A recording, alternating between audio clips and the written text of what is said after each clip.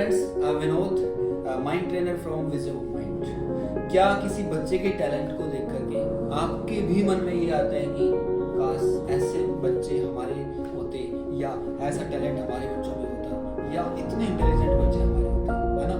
आया होगा किसी भी बच्चे का टैलेंट को देख करके।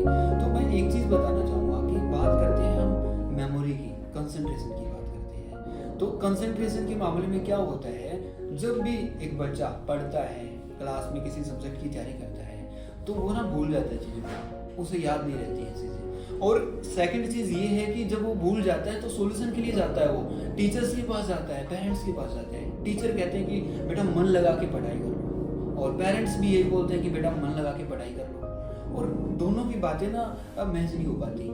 अब बच्चा तो ये करे कि कंसंट्रेशन के तरीके बता दो, मुझे कंसंट्रेशन बन ही नहीं पा रहा मेरा, लेकिन पेरेंट्स कह रहे कि मन लगा के पढ़ाई करो, लेकिन वो मन लगेगा कैसे, ऐसा तो कोई बता ही नहीं रहा ना।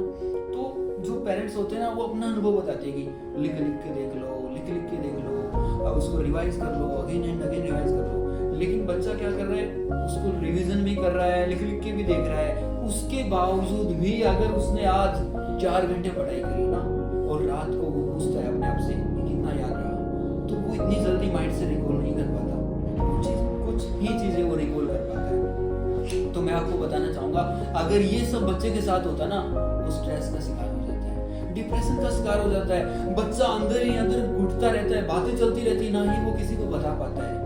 तो सबसे बड़ी प्रॉब्लम हो रही है, सोच करके देखिएगा, बच्चों के 1 से 2 कम मार्क्स भी कम आ गए, वो डिप्रेशन का शिकार हो जाते हैं, उसके माइंड में कुछ नेगेटिव थॉट्स आने लगती है, जिससे उसकी परफॉर्मेंस धीरे धीरे कम होने लगती है। क्या आप चाहते हो कि आपके बच्चे की परफॉर्मेंस 10 गुना ज्यादा बढ़ जाए? तो हम आपके लिए लेकर के आए इंटेलिजेंस बिल्डिंग प्रोग्राम, जिसके अमेजिंग रिजल्ट, रिमार्केबल चेंजेस बच्चे के अंदर देखने को मिले हैं। ज्यादा टाइम नहीं, 5 डेज के अंदर, 5 to 6 डेज के अंदर रिमार्केबल चेंजेस। इसमें मैं बताना चाहूँगा थोड़ा सा विजडम ऑफ माइंड में क्या करवाते हैं। बच्चे को हर रोज 1 आवर की क्लासेस देते हैं, जिसमें कुछ प्रैक्टिकल एक्सरसाइज होती है और कुछ मेडिटेशन की टेक्निक होती हैं, जिससे बच्चा चीज़ों को जल्दी याद करने लग जाता है। क्या क्या बेनिफिट होते हैं? सबसे पहले उसकी रीडिंग स्पीड बढ़ जाती है। बच्चा क्या करता है, एक बार हम आने से पहले उसका टेस्ट लेते हैं कि इसकी रीडिंग स्पीड कितनी है, चेक करते हैं उसकी रीडिंग स्पीड बढ़ जाती है 5 दिन के बाद, और उसकी ना मेमोरी रिटेंशन बढ़ जाती है। अभी बोला ना मैंने, जैसे वो याद करने की कोशिश करता है, लेकिन शाम को ना भूल जाता है वो चीज़ों को,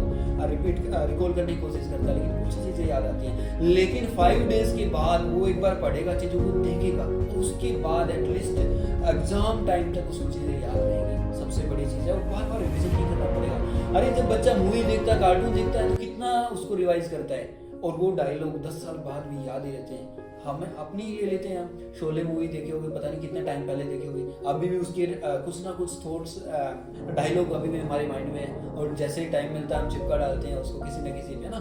तो सबसे बड़ी चीज़ होती है दिमाग को समझना। हमें अपने दिमाग को समझना पड़ेगा, दिमाग पे काम करना पड़ेगा, और एक बेनिफिट सबसे ज़बरदस्त है, कंसंट्रेशन बढ़ जाएगी। बच्चा बैठता है लेकिन थॉट्स उसके और कहीं के चलते हैं, ध्यान ही नहीं बनता उसका, ध्यान ही नहीं लगता बुक्स में, तो ना।